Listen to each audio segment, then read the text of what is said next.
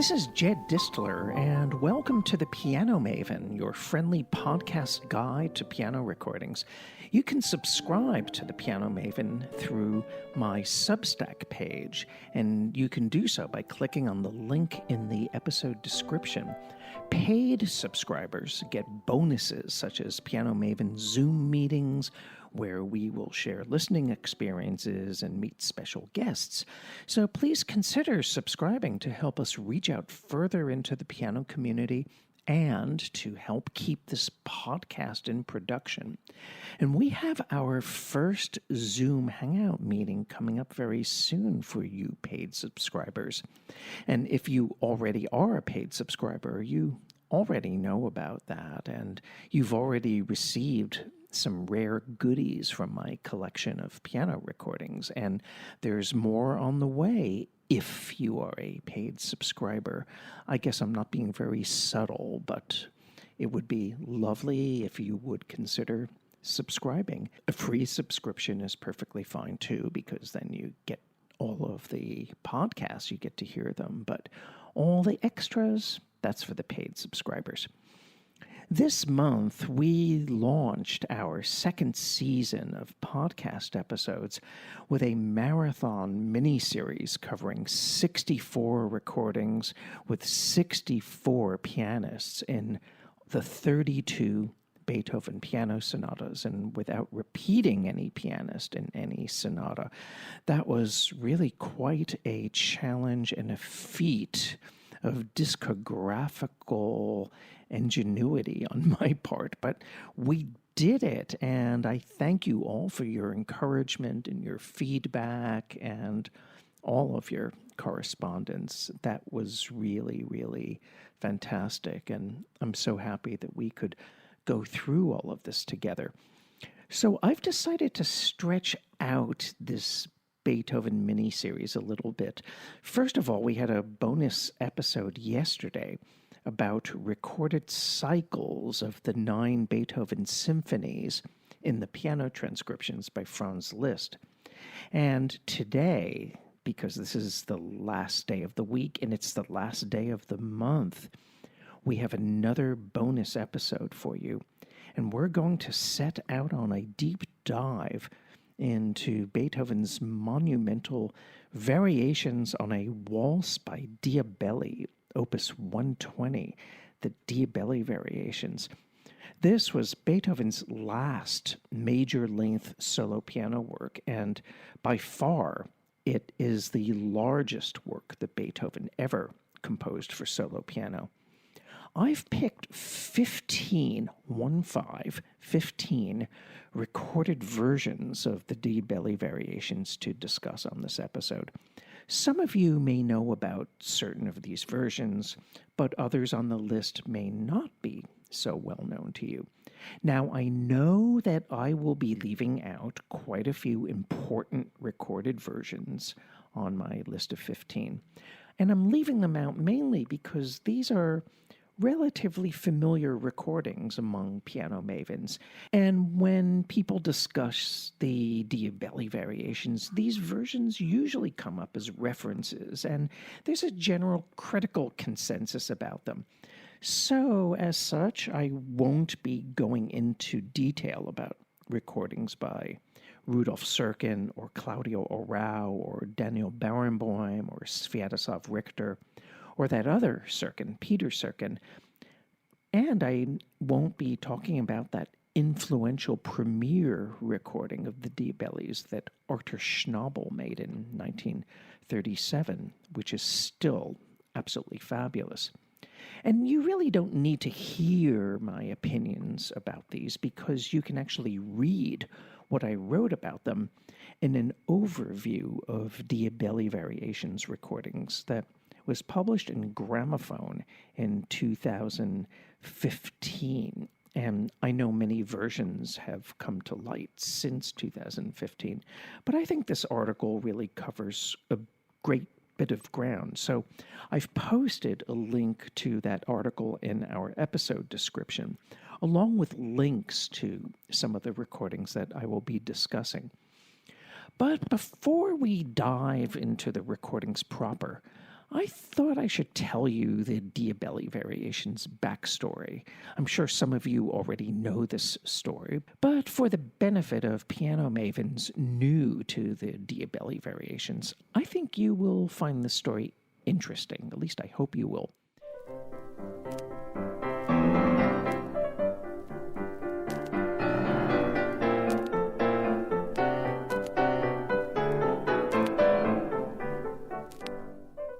If you had anything to do with music in early 19th century Vienna, you couldn't ignore Anton Diabelli, try as one might.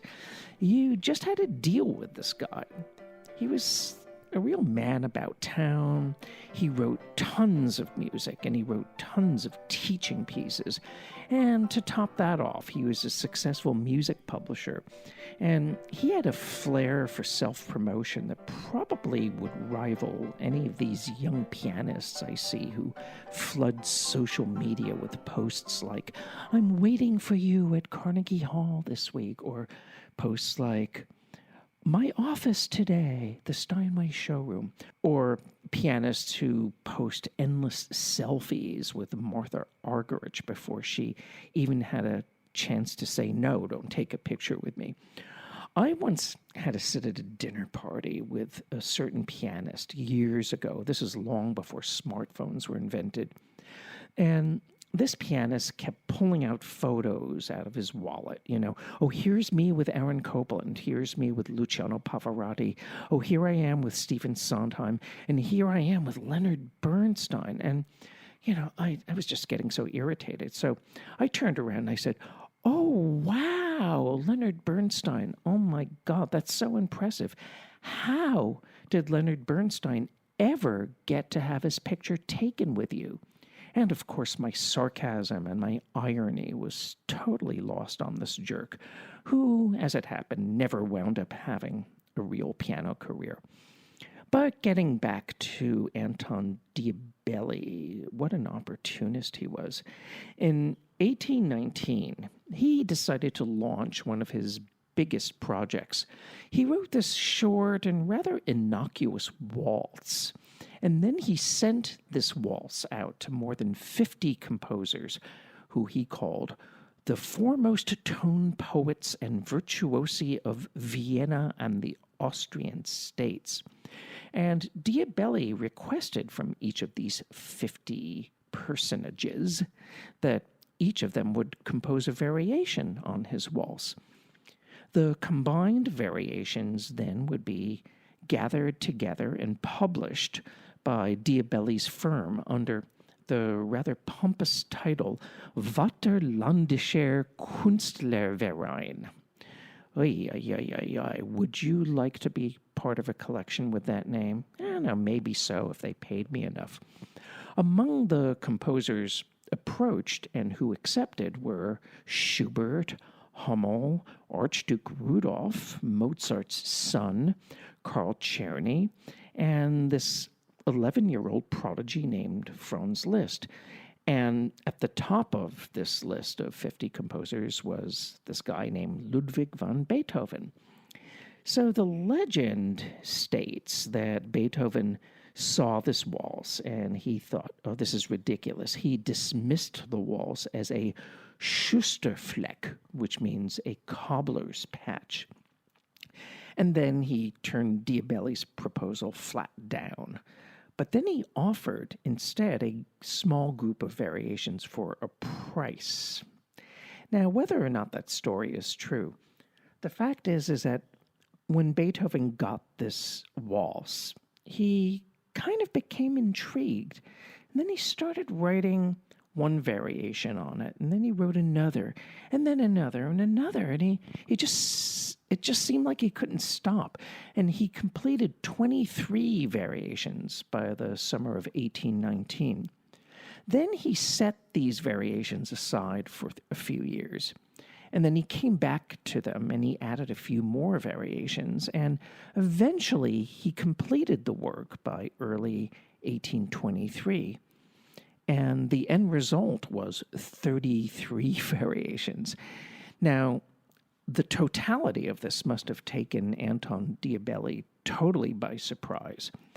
But being the wily publisher that he was no fool. So he brought out Beethoven's 33 variations as part one of the Vaterlandischer Künstlerverein, and then the other composers' variations comprised part two. So let's get to the recordings. Because of the work's great length and wide range of techniques, from outright parody and raving virtuosity to contrapuntal rigor and spacious lyricism, the Diabelli variations are as challenging for a performer to hold together as they are for a listener to fully absorb the music's deceptively complex architecture and rather uncompromising timescale. My great friend and late colleague Harris Goldsmith once described three basic interpretive approaches to the Diabelli variations. Certain interpreters, he said, strive for a cumulative emotional effect by building drama and momentum within larger groups of variations. And then, by contrast, you have some pianists who aim to give each variation its own particular voice, treating them as separate structural or intellectual entities.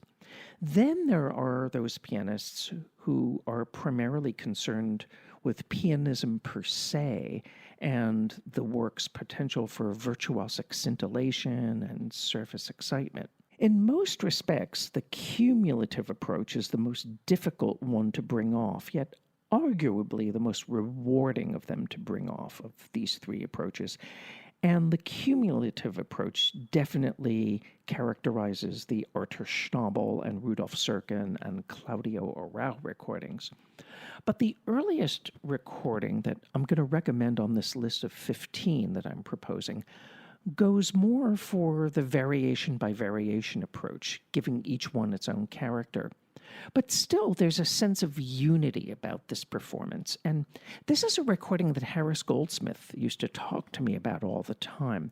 It finally appeared on CD some years ago after years of my kvetching and complaining and trying to convince the powers that be that it should be reissued. And it's a recording that features the Swiss pianist Paul Baumgartner.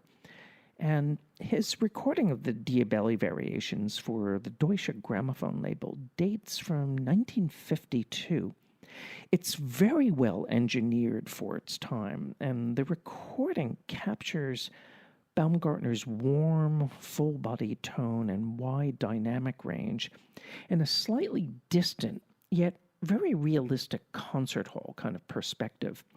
And Baumgartner's pianism and musicianship are quite distinctive.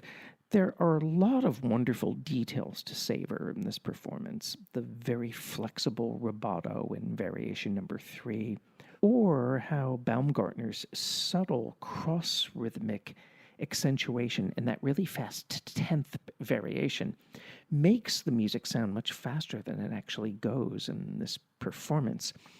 And the slow minor key variations have great lyricism and repose, and they hardly prepare you for how Baumgartner literally pounces on the fugue, which is variation 32. He sounds like Rudolf Serkin in heat. This recording was reissued on CD by Australian Eloquence, and it was coupled with Eric ten Berg playing Max Reger's notoriously tedious Telemann variations. Ugh.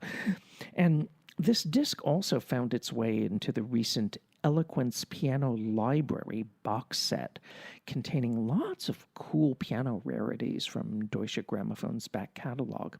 I'm going to do a podcast episode about these piano library boxes pretty soon. Now for the all-out virtuoso vehicle approach to the Diabelli variations.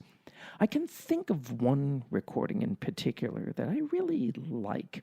It's the second of the two Diabelli variations recordings that Julius Katchen made.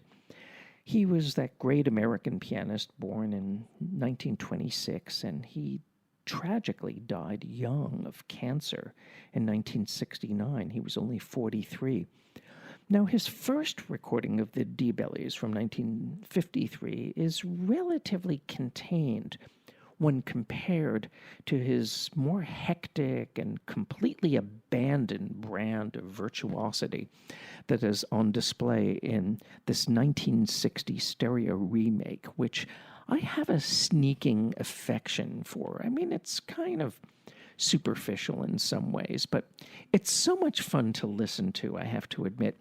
I've always called this 1960 recording the Oscar Peterson Diabelli Variations because Julius Katchen's playing reminds me of Oscar Peterson's flash and ebullient virtuosity and drive as a jazz pianist.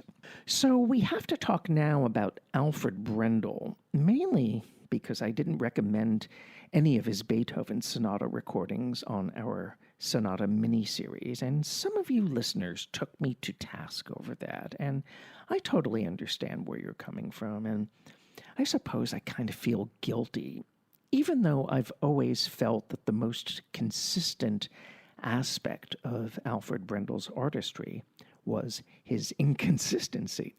But look, you can't deny that he had a major international career. And I did hear him play many times in concert. And in fact, some of these performances I'll never forget. I heard him play some exquisite Mozart, for example. I heard him give an amazingly powerful and intense performance of Liszt's Weinen, Klagen, Sorgen, Sagen variations, and it literally shook me from the seat. I will never forget that performance. But I also heard him play the second most boring Diabelli Variations live performance that I ever experienced in my life. Who was the most boring one from? That was from Maurizio Pollini. But then at the same concert, Pollini played some incredible Stockhausen and Schoenberg afterward. It sounded like a whole different pianist. Anyway, Alfred Brendel has 4 commercial recordings of the Diabellis to his credit. The first one was for the Vox label, and it's a good performance, but it's a little on the earnest side, shall we say. But his 3 versions released by Philips, I think, are light years better. The first one of these was a live performance from London's Royal Festival Hall in 1976, or was it 75? I can't remember. And then there was a studio recording from 1988, and then another live performance, also from Royal Festival Hall, from 2001.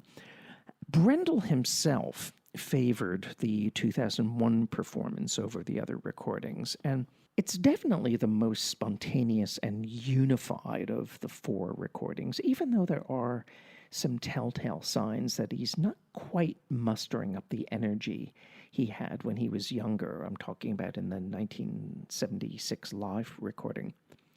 But on the other hand, in 2001, Brendel judges the silences with more humor, and he makes more contrast between the different tempos in Variation 21. So I kind of go back and forth between both live versions. But I think that Alfred Brendel's 1988 studio recording seems to split the difference between all of the interpretive factors in all of these recordings. And also, the sonics are warmer, and Brendel also has the advantage of studio editing, although the live recordings are impressively accurate in and of themselves. But I think the 1988 recording overall gives the best account of Brendel's conception, and I'm very happy to have it in my collection.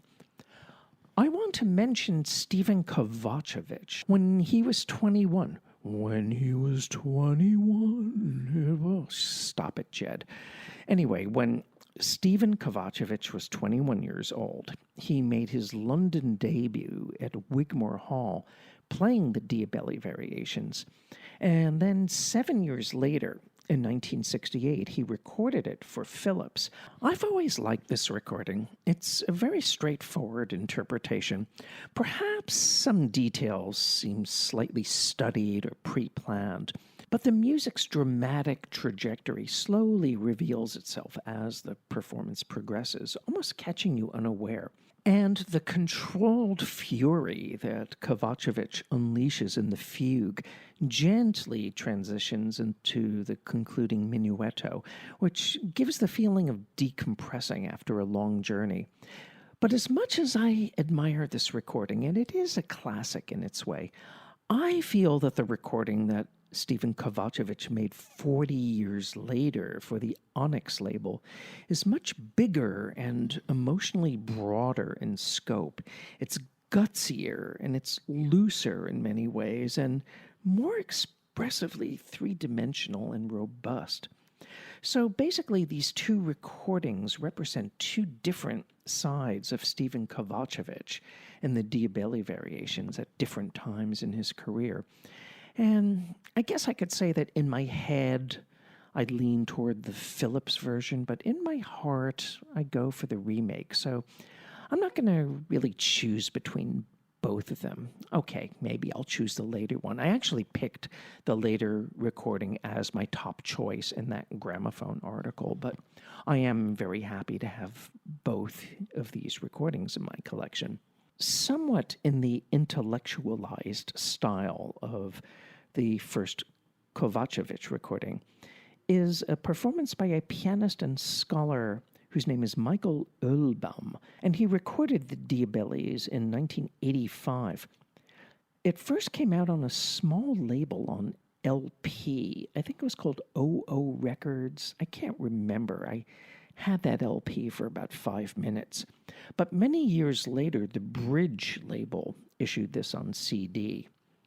And I remember that on the LP, I think also on the CD, there was a blurb from Murray Pariah, and he praised Michael Uhlmann's Diabelli variations for his attention to voice leading, structure, and line.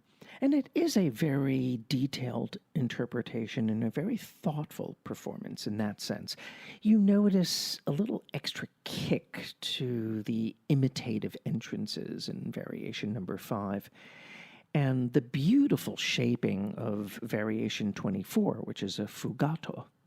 The 16th and 17th variations don't really take off like a rocket here, as you would expect them to do, but they still generate excitement. And I think the tempo relationships unifying the final group of minor key variations are judged here to perfection. It's a very gratifying recording still, and I enjoy it. I met Michael Uhlmann years ago at a party, and we talked a little bit about this recording. But the strange thing is that he does not seem to have made any other solo piano recordings other than this one, at least as far as I know. But I guess if you're going to make only one commercial solo piano recording, it might as well be a really good one of the Diabelli variations, right? The American pianist Daniel Shapiro, who is on the faculty of the Cleveland Institute of Music, recorded the Diabelli variations for his solo CD debut. It's on the Azika label. I'm not sure if you can still source the physical disc. Maybe you can find it as a download. But this is one of my favorite versions of the Diabellis on record. It's technically super, super solid. It's really scrupulous over detail, but not to the point of being overly obsessive or anal. And it's both intellectually and emotionally cohesive. Daniel Shapiro affects fluid tempo relationships that effortlessly bind the variations, and this is the cumulative approach at its best. Yet he also takes trouble to characterize the differences between variations. Variation number 9, for example, is hearty and gruff, and it embodies an entirely different sound world compared to the feathery lightness of those scampering variations like numbers 10 and 19 and 23. Maybe you don't get the kind of dark and brooding introspection that you hear from Schnabel or Arau, but there are no quirks or exaggerations. This is just intelligent, stylish, and communicative music making all around. That's Daniel Shapiro. And here's a sleeper of a Diabelli variations from a totally unexpected source, perhaps. This is with the French pianist Cécile Ousset. During the 1970s, she had a brief yet very rewarding relationship with the French branch of the Decca label. And her main project for Decca was a set of 5 LPs devoted to Beethoven's complete sets of variations.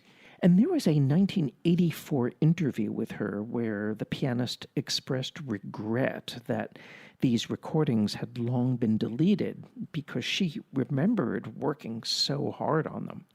But Australian Eloquence brought out a box set of Cécile Ousset's complete Decca recordings a few years ago.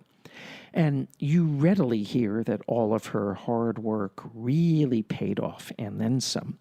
Her Diabelli variations are fantastic. They have everything. They have virtuosity and concentration, intensity, diversity of character, great humor, and heartfelt lyricism.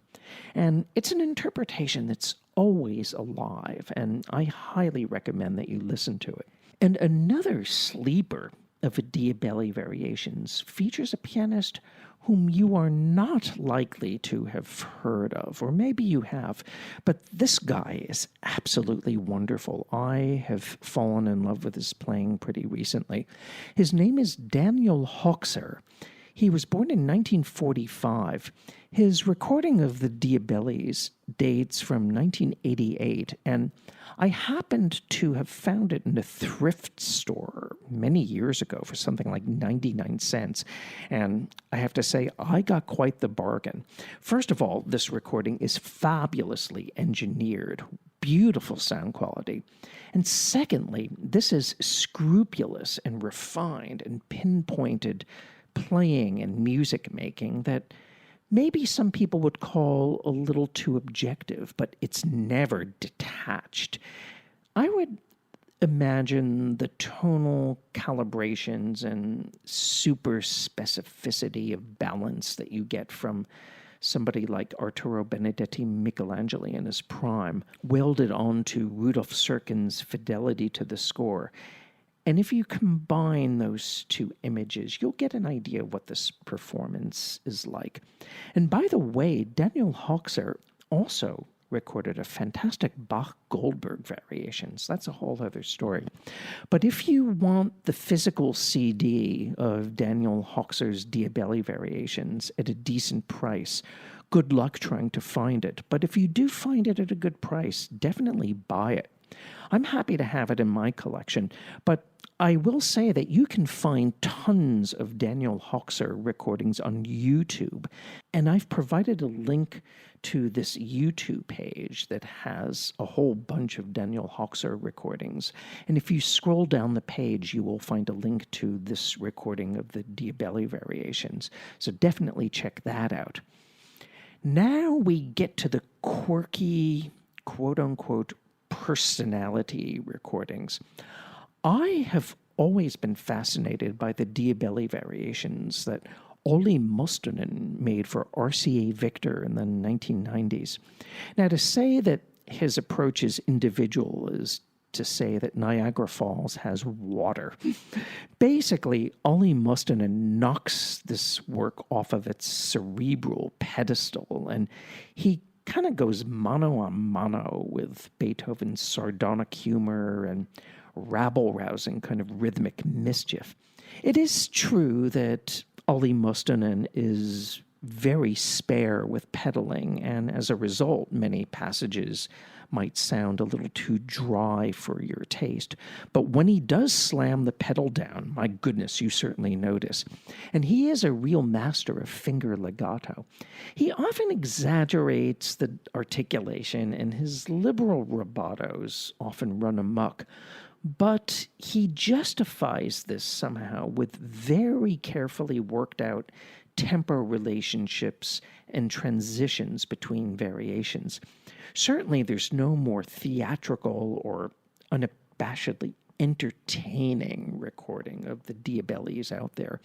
And however you may feel in the end, you do have to concede that Olli Mustonen realizes his conception to the nth degree. I'm going to digress now from this list a little bit because I'm going to mention two recordings that I do not recommend. So we're going to have a little detour. One of these Diabelli Variations recordings is with the pianist Anatol Ugorsky. It was for Deutsche Grammophon. And he basically sprays interpretive graffiti throughout the work, like a graffiti artist gone wild in the subways in the early 1980s. I wrote in Gramophone magazine that when I first heard this recording many years ago, it made me feel dirty all over. Well, first of all, Ugorsky totally overdoes the waltz theme's dynamics, and then he plods through Variation 1's funeral march with both feet in the grave. That's the way it sounds.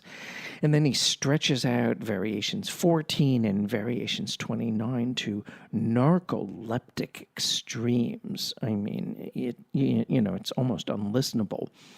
And the way that he monkeys around with Variation 18 really renders this music totally unrecognizable. That crazy longicello rondo he makes into this variation's first section has nothing to do with Beethoven. It has everything to do with Anatol Ugorsky's ego. It may be true that those pronounced changes in tempo that Beethoven wants in Variation 21 are super clear in this performance, but that's only because Ugorsky clarifies them with the least amount of subtlety possible so that no dullard will miss the point. And here's another anti-recommendation. Usually the playing time for the Diabelli Variations falls between 55 minutes or 56 minutes. Well, when Gramophone sent me a recording by the Danish pianist Christina Bjørkøe, I looked at the total timing on the cover that it gave for 72 and a half minutes, and I thought, well, that's got to be a misprint. That's got to be some kind of a joke. There's a problem there. Well, evidently not. It was a 72-minute performance, and you just have to hear how slowly and tentatively she plays the theme. And the defiant slow march that characterizes Variation number 1 has never been rendered so soft and spineless as it is here. Variation number 8 is marked poco vivace, right? Well, here it's like Largo. It's a dead crawl. And Variation 11's allegretto marking disintegrates before your very eyes and ears. And you know that famous Variation 13 that's marked vivace? That question and answer? Bam-ba-dum, eh-eh, bam-ba-dum, wah-wah. Here, the music goes so slowly that the joke totally disappears. The slow Variation number 14, that usually takes 4 minutes to play. Well, guess what her timing is here? It takes 8 minutes.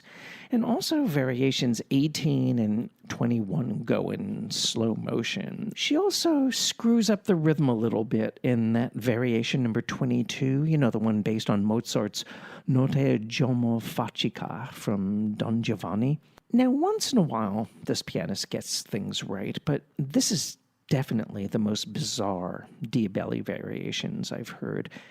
Well, maybe Anatol Ugorsky is equally bizarre, but these two are ones to avoid. And then, I guess this is just an aside because you can't find this disc anywhere.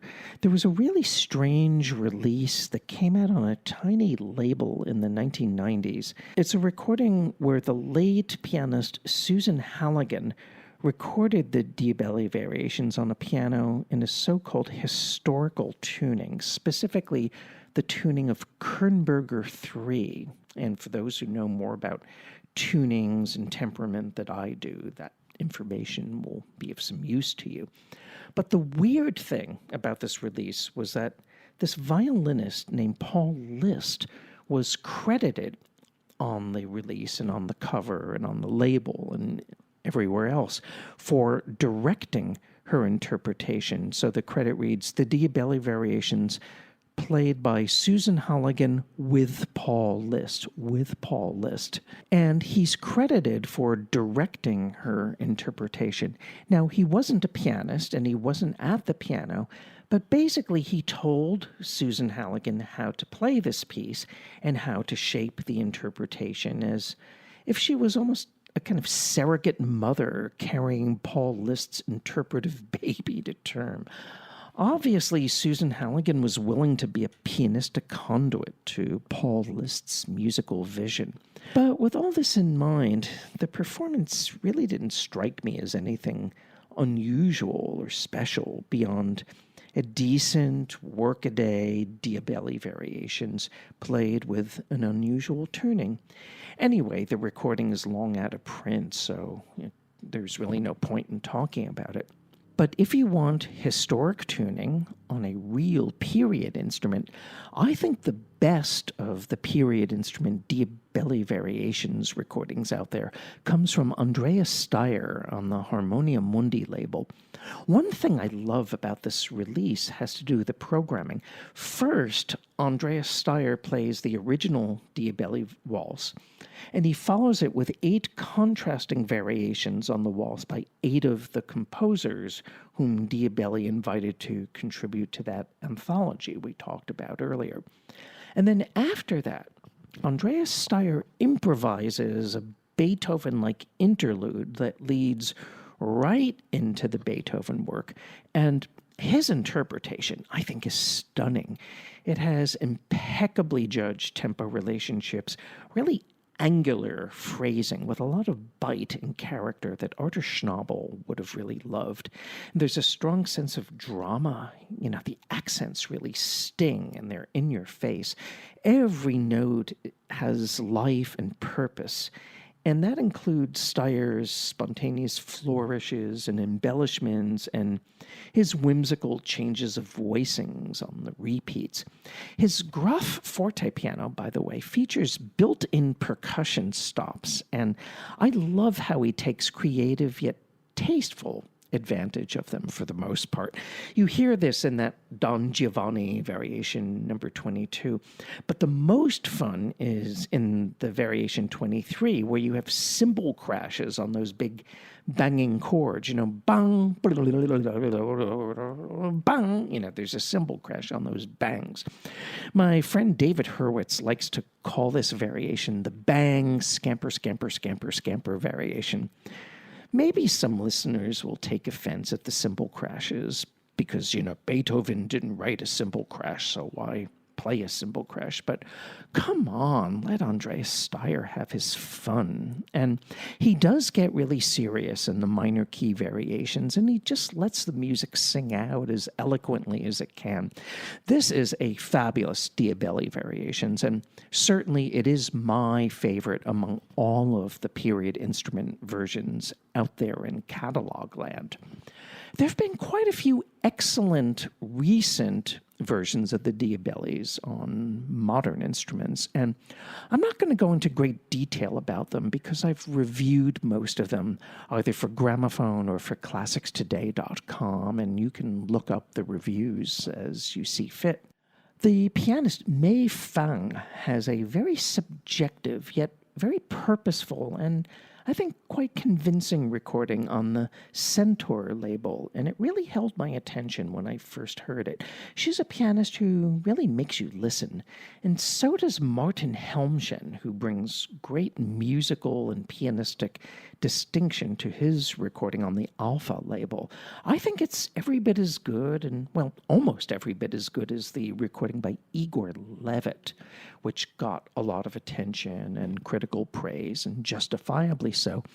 He takes the theme at a true vivace, he slightly underplays the accents, and he projects the first variation's maestoso chords with springing intensity, and he brings wonderful airborne lightness to that presto variation number 10. And in the fugue, variation 32, Igor Levit's dry point and slightly detached yet buoyant and energetic articulation will probably surprise listeners who are accustomed to heavier, more declamatory readings. In this sense and in other respects, Levitt is kind of a mirror to the spirit and sometimes the letter of Peter Serkin's two Diabelli recordings, the one for RCA and the one for the Pro Arte label, which perhaps I should have mentioned more in detail in this podcast because these two are also major Diabelli contenders. At the opposite pole resides Martino Tirimo. His performance is deliberate and monumental, with no detail left unscrutinized. But in his hands, the music always moves, if you know what I mean. If Igor Levitt's Diabellis resembles somebody like Charles Mackerras conducting Beethoven, then Martino Tirimo resembles Otto Klemperer in his prime, and you don't so much feel like you're hearing a performance than you are experiencing a catharsis. I also should mention the most recent recording of the Diabellis by Mitsuko Ushida. This got rave reviews in Gramophone, and it won Gramophone's 2022 Piano Recording of the Year award. I think I voted for something else in that year. But this is a remarkable recording in many respects. You only have to hear variation number 1, where Ushida generates tension within those obsessive funeral march dotted phrases by giving the dissonances their full weight and also varying her articulation of accents and points of emphasis. She doesn't just play the notes, in other words. Her expressive distensions of phrase in the third variation always occur when you least expect them, while variation number 5's repeated notes are sprung with lilting restraint. And I like how variation 7's strategically delayed sforzandos achieve a kind of power and gravitas that you don't always get. But these delays never sound pre-planned or mannered. They feel very organic. Now, these may sound like kind of arcane details, but what I'm trying to say is that Mitsuko Ushida probes every nook and cranny in this piece. Maybe her pre-planning gets the better of her, where she might telegraph her intentions more than surprise you with them. But on the whole, this is a very special release, and if you like the Diabelli variations, you really should hear it. However, if I had to pick just one Diabelli variations recording to take with me to the proverbial desert island, and this may be a choice that will surprise you, or maybe not. This is not a Diabelli variations recording that gets talked about a lot, but I think it may well be my personal favorite. It's a 1977 recording with the pianist Charles Rosen. It came out in the United States on LP on the Peters International label, but it didn't last long in the catalog. And then I think around 1996, it came out on CD on the Carlton Classics label, and that was in print for about 5 seconds.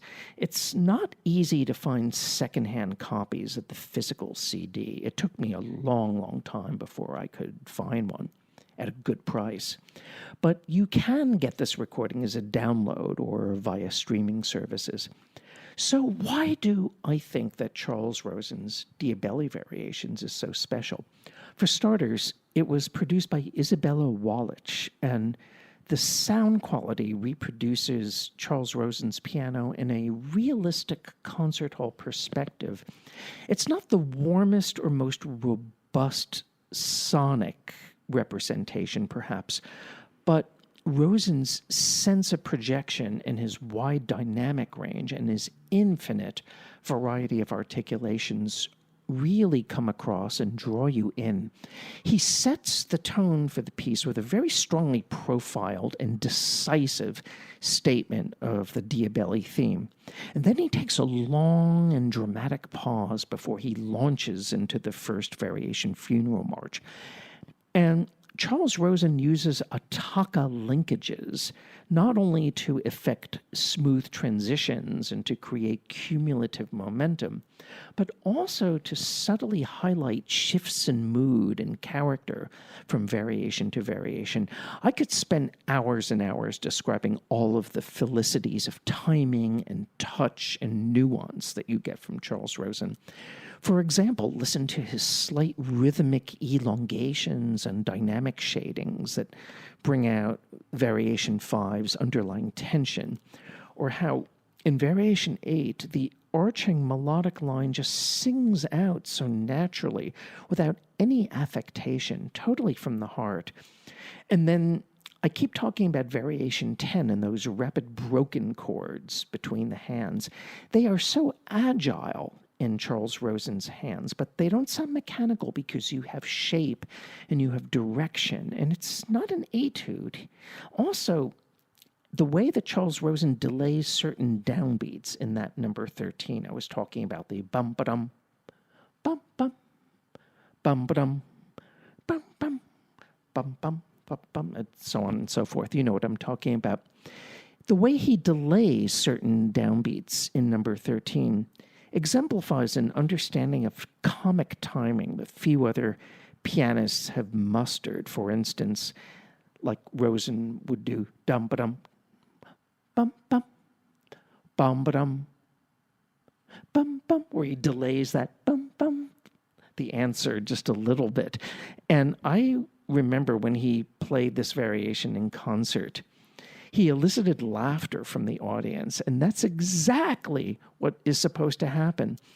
And also, Rosen's contrapuntal awareness is second to none, yet it's never obvious or overstated, whether it's in the majestic repose he brings to number 24's Fughetta, or the vehemence yet the mindful voicing of the fugue of Variation 32. And from the fugue, Charles Rosen makes the most beautiful and touching transition into the concluding minuendo. I heard Charles Rosen play the Diabellis in concert back in 2002 at the 92nd Street Y.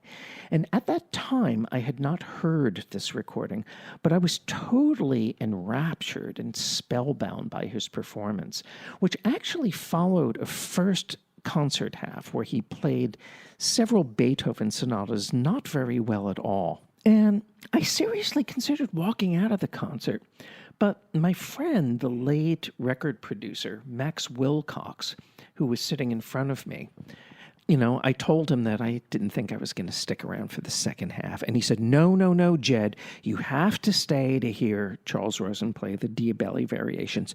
Trust me, you're never going to hear them played better. And I'm not going to say no to Max. And my God, Max Wilcox was totally right.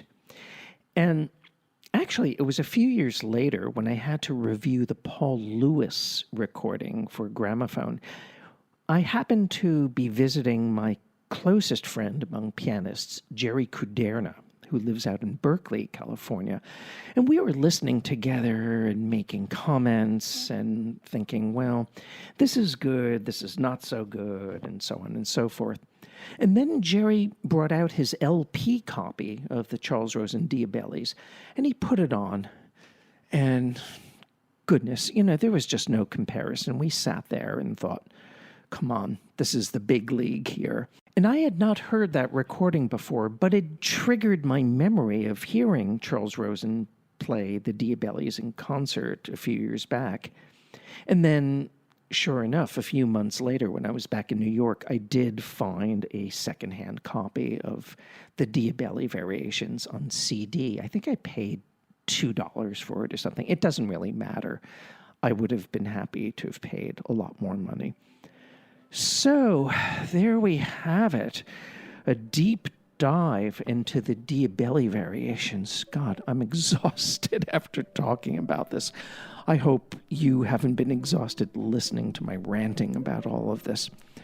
And I recommended 15 recordings and a few extras not to be recommended. I'm sure you have some special favorite Diabelli Variations recordings that I didn't mention, and I'd love to know what they are, and I'm sure I do know what they are. Of course, Rudolf Serkin and Claudio Arau. Maybe some of you will talk about Daniel Barenboim. I'm sure there's so many others. But get in touch with me and let me know which Diabelli Variations recordings you like. I really value your feedback and your comments.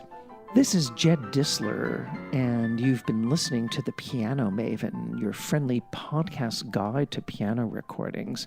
And thank you for accompanying me on this Beethoven journey all of this month. And we will be back to a lot of non-Beethoven topics in our upcoming episodes. Of course, we will get back to Beethoven. How can we not? But thank you so much for considering a subscription to the Piano Maven podcast, and I look forward to being with you next time. Until then, take care, be well, and most importantly, be kind to one another.